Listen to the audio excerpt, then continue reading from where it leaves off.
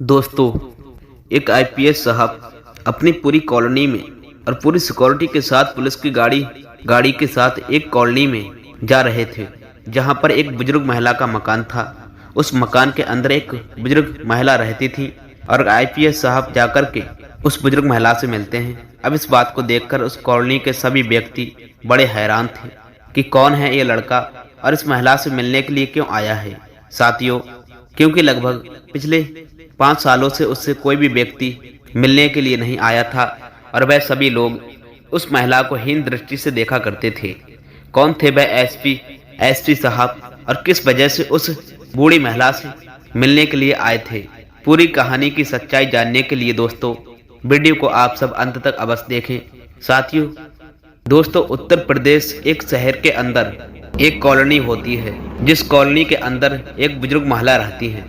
उन्होंने अभी अभी इस कॉलोनी के अंदर एक मकान लिया था, जिसके अंदर एक छोटा सा गार्डन है और ममता जी अक्सर अपने गार्डन की वह हर रोज देखभाल किया करती थी।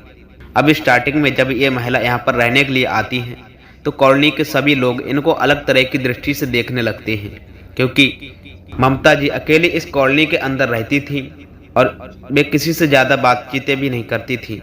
इस बात को देखकर सभी वे लोगों में अलग अलग तरह की विचारधाराएं बनने लगती हैं और ये विचारधाराएं घूमते घूमते ममता जी के पास भी पहुंच जाती हैं। यानी कि वहाँ के लोग ममता जी को अच्छा नहीं समझाते और वह समझते थे कि इसका कोई भी नहीं है।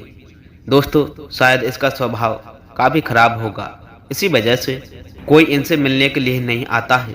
जब भी ममता जी कभी सामान लेने के लिए मार्केट जाती थी, तो सभी लोग उनकी तरफ घूर घूर कर गंदी निगाहों से देखा करते थे और ये बात दोस्तों ममता को भी मालूम थी और इसी तरह से वे अपना समय काटने लगती हैं। ममता जी के गार्डन में फूलों के पौधे लगे हुए थे और जब कॉलोनी के बच्चे उसके गार्डन से फूल तोड़ लिया करते, तो वह शिकायत करने के लिए उनके घर तक जाया करती थी। लेकिन वह लोग उनकी शिकायतों को जरा सा नहीं मानते न सुनते, क्योंकि उन्हें मालूम था कि ममता अकेले रहती है और ये हमारा वैसे भी क्या कर सकती है। इसके बाद ममता जी ऐसे अपने घर के अंदर रहती हैं और अपनी पुरानी बातों को सोचती रहती थी।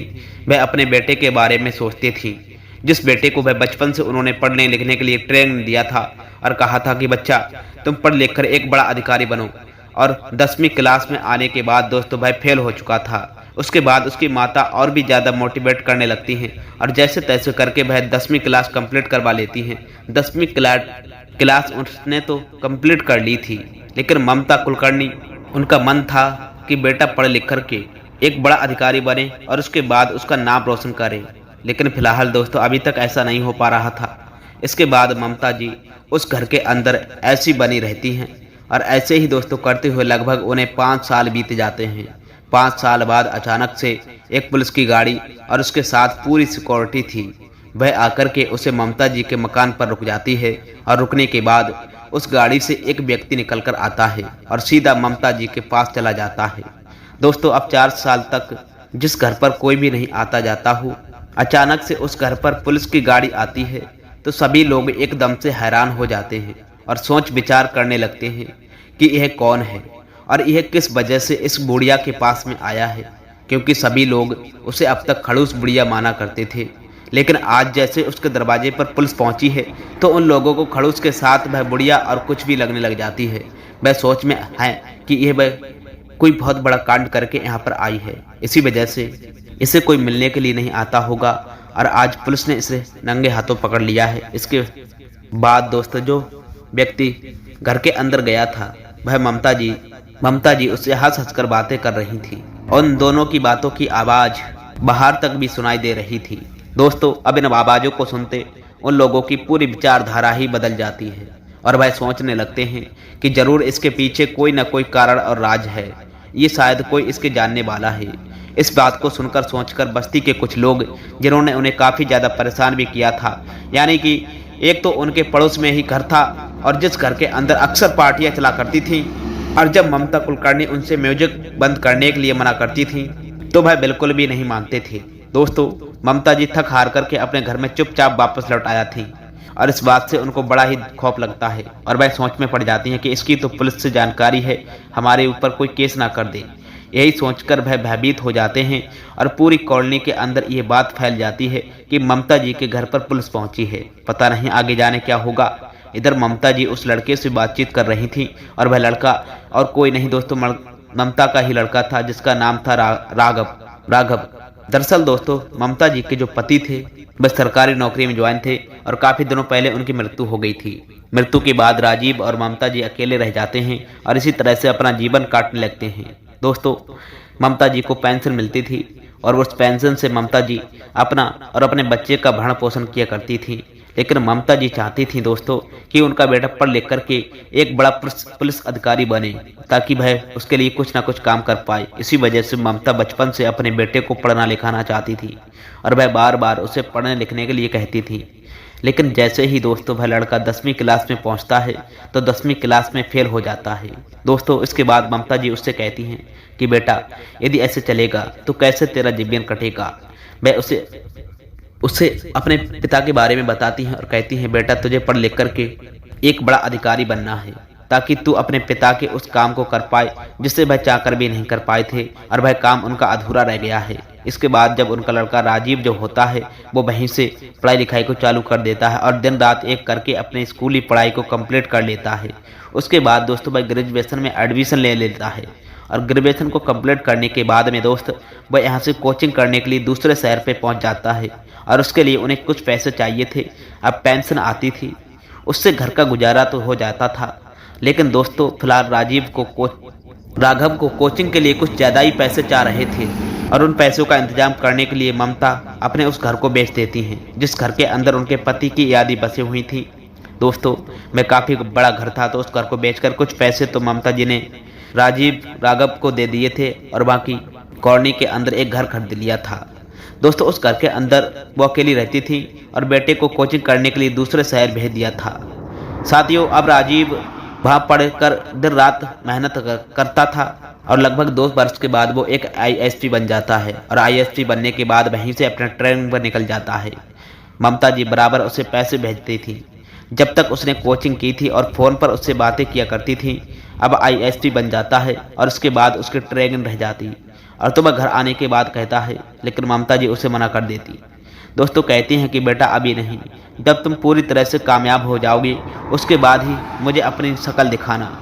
इसके बाद दोस्तों राघव अपने माँ को बात को मानते हुए वहाँ से ट्रेनिंग के निकल जाता है और ट्रेनिंग के कंप्लीट करने के बाद उसकी पोस्टिंग एक जिले में हो जाती है। जैसे ही उसकी पोस्टिंग दोस्तों एक जिले पर होती है तो उसके बाद वह फौरन से अपनी माता से मिलने के लिए निकल जाता है और वहाँ से गाड़ियों में बैठकर यहाँ पर पहुँच जाता है। इसके बाद राघव अपनी माता से कहता है कि माता चलो अब उस काम को कर देते हैं जो पिताजी का सपना था और वह अभी तक अधूरा रह गया था। दोस्तों तभी उसकी माता कहती है कि बेटा अभी नहीं, अभी तुम्हें 1-2 साल ड्यूटी भी करना होगा और उसके बाद ही हम उस काम को करेंगे। उसके लिए तुम्हें पूरी तैयारी करनी पड़ेगी और इसके लिए थोड़ा सा समय और लगेगा। इसके बाद राघव अपनी माता से आज्ञा लेता है और वहाँ से अपने ड्यूटी को करने के लिए निकल जाता है। राघव अपनी माता से कहा था कि तुम भी मेरे साथ चलो, लेकिन उसकी माँ ने उसे मना कर दिया था और कहा था कि बेटा मेरा यहीं पर मन लगता है और मैं यहीं पर रहूँगी। जब तक तुम अपने पिताजी की उस इच्छा को पूरा नहीं कर लोगे तब तक मैं तेरे साथ नहीं रह पाऊंगी। इसके बाद राघव ड्यूटी करने के लिए निकल जाता है और वहीं पर रहकर के मेहनत और ईमानदारी से ड्यूटी करने लगता है। जो उसके माता पिता का अधूरा सपना था उसको पूरा करने के लिए वह बहुत ज़्यादा मेहनत किया करता है और इधर उधर अपनी जानकारी भी बढ़ा लेता है। दोस्तों इधर आईपीएस साहब की जो ममता थी वह उस कॉलोनी के अंदर माहौल में बहुत ज़्यादा चेंज रखती हैं। दोस्तों जब से ममता जी के घर पर पुलिस वाले पहुंचे थे तब से लोगों की निगाहों में अलग तरह के सवाल चलने लगे थे और वह ममता से मिलकर इन बातों को जानना चाहते थे। तभी उसी कॉलोनी का एक बुजुर्ग व्यक्ति ममता जी के पास पहुंचता है और उससे उस पुलिस वाले के बारे में पूरी जांच पड़ताल करने लगता है जो ममता जी से मिलकर गए थे। और ममता जी उस बुजुर्ग व्यक्ति को बता देती हैं कि यह मेरा बच्चा है जो कि एक आईएएसपी बन गया है और उसके बाद अब ड्यूटी करने के लिए निकल गया है। वह बुजुर्ग व्यक्ति इस बात को सुनकर जानकर बड़ा ही हैरान हो जाता है क्योंकि पिछले 5 सालों से कोई भी उनके पास मिलने के लिए नहीं पहुंचा था और आज अचानक से कॉलोनी वालों को मालूम पड़ता है कि इसका कोई भी बेटा नहीं है और वह एक आईएएसपी बन गया है।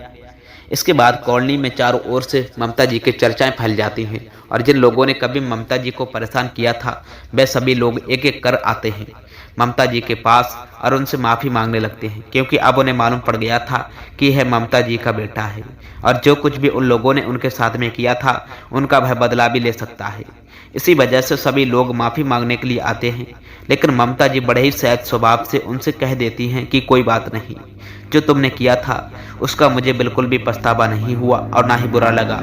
यानी कि जो ममता जी ने उनके साथ बातें हुई थी उनको बिल्कुल भी दिल से नहीं लगाया था, क्योंकि ममता जी एक और बड़े काम को अंजाम देना चाहती थी। इसके बाद कॉलोनी वाले उनका आदर संस्कार करने लगते हैं और जब भी वह घर से बाहर निकला करती तो सभी लोग उसकी तरफ मुस्कुरा करके देखा करते हैं और उनसे आदर से अपने पास बुलाकर बिठाते हैं। दोस्तों बातचीत करते हैं और सभी लोग मिलजुल कर रहने लगते हैं।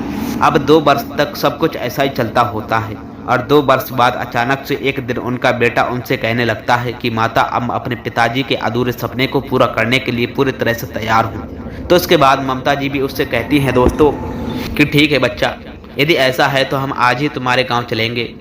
इस बात को सुनकर वह लड़का भी बड़ा ही खुश होने लगता है और वहां से अपनी माता को लेने के लिए यहाँ पर पहुंच जाता है।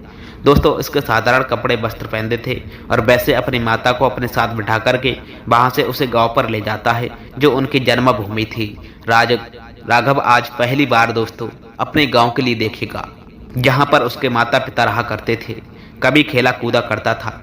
राघव का जन्म तो शहर में हुआ था, लेकिन राघव के पिता यहीं के रहने वाले थे और यहीं पर उनका पुराना घर भी परिवार था। इसके बाद राघव अपनी माता के साथ में वहां पर निकल जाता है और वहां जाने के बाद तहसीलदार से बातचीत करने लगता है। तहसीलदार को अपने बारे में पूरी जानकारी देता है, अपने पिता के बारे में बताता है और अपने दादाजी के बारे में भी बताता है। दरअसल दोस्तों राघव के पिता इसी गांव के रहने वाले थे और राघव के पिता की ढेर सारी जमीन जायदाद भी थी, लेकिन जैसे ही राघव के पिता की सरकारी नौकरी लगी थी तो उसके बाद राघव के पिता जितने भी जमीन जायदाद थी उनके परिवार वालों ने दबा ली थी और उनको वहां पर आने से मना भी कर दिया था। कहा था यदि तुम यहाँ पर आए तो फिर देखना हम तुम्हारा क्या हाल करेंगे। राघव का पिता सरकारी नौकरी में था तो इसी वजह से वह गांव की तरफ बिल्कुल भी नहीं रुकना करता और वहां पर रहकर अपने बच्चों को पालने पोसने लगता। लेकिन कभी कभी वह अपनी पत्नी ममता से जमीन का जिक्र किया करते थे और उनका सपना भी था कि यह जमीन मेरे बेटे के पास हो और कोई भी कैसे भी दिक्कत ना हो पाए। लेकिन फिर वह अपने मन को मारकर ऐसे ही रह जाते और सोच में पड़ जाते कि जब मेरी सरकारी नौकरी कंप्लीट हो जाएगी तो उसके बाद मैं अपने गांव निकल जाऊंगा और मैं जब इस जन्म भूमि और अपनी ज़मीन पर खेती करूंगा और जब उस ज़मीन पर खेती करूंगा, क्योंकि उनके परिवार वालों की अच्छी खासी जान पहचान थी और इस जान पहचान के दम पर वह राघव के पिता की नौकरी को भी छुड़वा सकते थे, तो वह किसी भी तरह से कोई भी रिस्क लेना नहीं चाहते थे और इसी वजह से वे चुपचाप वहां पर रहकर शहर में रहकर नौकरी करते। तभी किसी कारण से उनकी मृत्यु हो जाती है और मृत्यु के बाद ममता और राघव वहां पर रह गए थे। दोस्तों ममता जी इसी वजह से अपने बेटे को पढ़ा लिखा कर बड़ा अफसर बनाना चाहती थीं ताकि वह जाकर अपने पिता की पुश्तैनी जमीनें को छुड़ा पाए और गांव के लोग उसे भी पहचान पाएं कि यह उस व्यक्ति का लड़का है जो यहाँ से बाहर रह कर के नौकरी किया करता था। दोस्तों अब राघव को पूरी जमीन का ब्यौरा मिल गया था। अब उसके बाद राघव भाई पूरी जमीन को अपने अंडर में करने लगता है। वह उन खेतों पे जाकर के देखता है जहाँ पर कोई और व्यक्ति खेती कर रहा था और वह जमीन राघव के नाम थी। दोस्तों इसके बाद वह उस व्यक्ति से कहने लगता है कि भाई साहब देखिए, ये ज़मीन मेरे नाम है और इसका पूरा ब्यौरा मेरे पास है, तो आप लोग आज से इस ज़मीन को छोड़ दो और मैं यहाँ पर रहकर खेती करूँगा। इसके बाद वह लोग समझ जाते हैं कि उसका बेटा है जिसकी ज़मीन थी और अब ये ज़मीन इसके नाम हो गई है और तो वह अपनी ज़मीन को लेना चाहता है। तो वे लोग उसे धमकी देकर वहाँ से भगा देते हैं और कहते हैं कि तुम्हारा यहाँ पर कुछ भी नहीं है, चले जाओ यहाँ से, वरना तुम्हारे साथ बहुत बुरा हो जाएगा। इसके बाद जो राघव होता है वो वहाँ से थोड़ी दूर जाता है और दूर जाने के बाद यहाँ के आईएसपी साहब और डीएम साहब के पास फ़ोन लगाता है।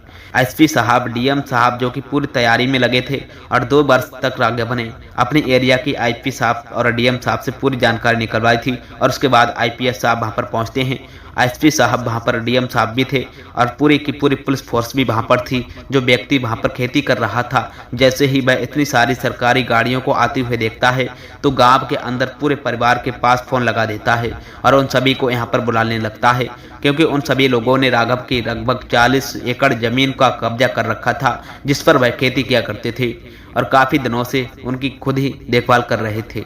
इसके बाद गांव के लोग वहां पर पहुंच जाते हैं। दोस्तों, डीएम साहब और आईपीएस साहब वहां पर पहुंच चुके थे और राघव भी वहीं पर था। राघव ने एक व्यक्ति के पास फोन किया था जो उसकी माता को अपने साथ लेकर वहां पर ले आया था। सभी लोग वहां पर इकट्ठे हो गए थे और आईपी साहब और डीएम साहब को अपने कागजात दिखाया था। इधर से उसकी माता भी वहां पर पहुंच चुकी थी और जैसे ही उसकी माता यहां पर पहुंचकर नज़ारा देखती हैं तो एकदम से उनकी आंखों से आंसू निकलने लगते हैं, क्योंकि यह वही जमीन जायदाद है जिस जमीन पर वो कभी अपने पति के साथ खेती भी करवाती थी जब उसके पति सरकारी नौकरी थे। लेकिन आज इस ममता जी लगभग 20 वर्ष बाद देख रही थी और इसी वजह से उनकी आंखों में आंसू निकल आए थे। इसके बाद डीआईजी साहब और एसपी साहब सभी लोग को खबरदार करते हैं और कहते हैं कि जब जमीन इनके नाम पर है तो ये जमीन के असली मालिक यही हैं। यदि आप लोगों में से किसी ने भी इस जमीन पर विवाद करने की कोशिश की तो आप लोगों के खिलाफ सख्त कार्रवाई करवाई जाएगी और फिर आप देखना सब कि आपको कोर्ट कचहरियों के चक्कर लगवाने होंगे। इधर जो घर परिवार वाले थे वो पूरी तरह से हैरान हो जाते हैं और वहाँ से अपनी जानकारी में फ़ोन लगाने लगते हैं। जो बड़े अधिकारी उनके जानकार थे उनसे फ़ोन पर बातें करते हैं और बातें करने के बाद उन्हें मालूम पड़ जाता है कि ममता जी का बेटा भी आईएसपी बन गया है और अब वह लोग उसका कुछ भी नहीं कर सकते हैं। इसके बाद वह लोग भी मायूस चेहरा लेकर के वहाँ से वापस लौट जाते हैं और ज़मीन का मालिक राघव बन जाता है। राघव अपनी माता को उस पूरी ज़मीन को दिखाने लगता है और कहता है कि माता, आज से ये ज़मीन हमारी हो चुकी है और पिताजी का सपना भी पूरा हो चुका है। माता एकदम से अपनी आंखों में आंसू लाते हुए अपने बेटे को गले से लगा लेती हैं और उसकी पीठ थपथपाने लगती हैं। कहती हैं कि हाँ बेटा, तुमने अपने पिता का सपना पूरा कर दिया और तुम जैसा बेटा हर किसी को मिले। इसके बाद आईपीएस साहब उस जमीन को किसी को खेती करने के लिए दे देते हैं बटाई में, जिसके पैसे उन्हें मिलते थे। आईएसपी साहब उनकी माता उनके साथ ही रहती थी और अच्छी तरह से वह समय व्यतीत कर रही थी। कुछ वर्षों बाद, दिनों बाद आईएसपी साहब के लिए एक अच्छी सी लड़की ढूंढती हैं और उस लड़की से उनकी शादी करवा देती हैं। दोस्तों, शादी होने के बाद पूरा घर परिवार हंसी खुशी से एक साथ मिलजुल कर रहता है और इसी तरह से उनका समय भी कटता है। साथियों, तो ये थी एक छोटी सी सच्ची कहानी जहाँ पर एक लड़के ने अपने माता पिता की अधूरी इच्छाओं को पूरा करने के लिए पूरा दम लगा दिया था, जुनून लगा दिया था, जबकि वह 10वीं क्लास में फेल भी हो चुका था। आप क्या कहना चाहते हो आईएसपी साहब के बारे में, राघव के बारे में? आप क्या कहना चाहते हैं उनकी ममता के बारे में? और क्या कहना चाहते हैं आप उन बस्ती वालों के बारे में? आपकी क्या राय है जो भी कमेंट बॉक्स में बता सकते हो, लोगों के साथ भी शेयर कर सकते हो। वीडियो यदि पसंद आया हो तो दोस्तों like, share, comment, subscribe video को बस करना, ताकि साथियों हमको थोड़ा सा मोटिवेशनल और आपका साथ और हौसला मिले ऐसे ही रोज क्राइम से जुड़ी वीडियो बनाने का। आपका बहुत बहुत धन्यवाद अंत तक वीडियो देखने के लिए। जय हिंद, जय भारत।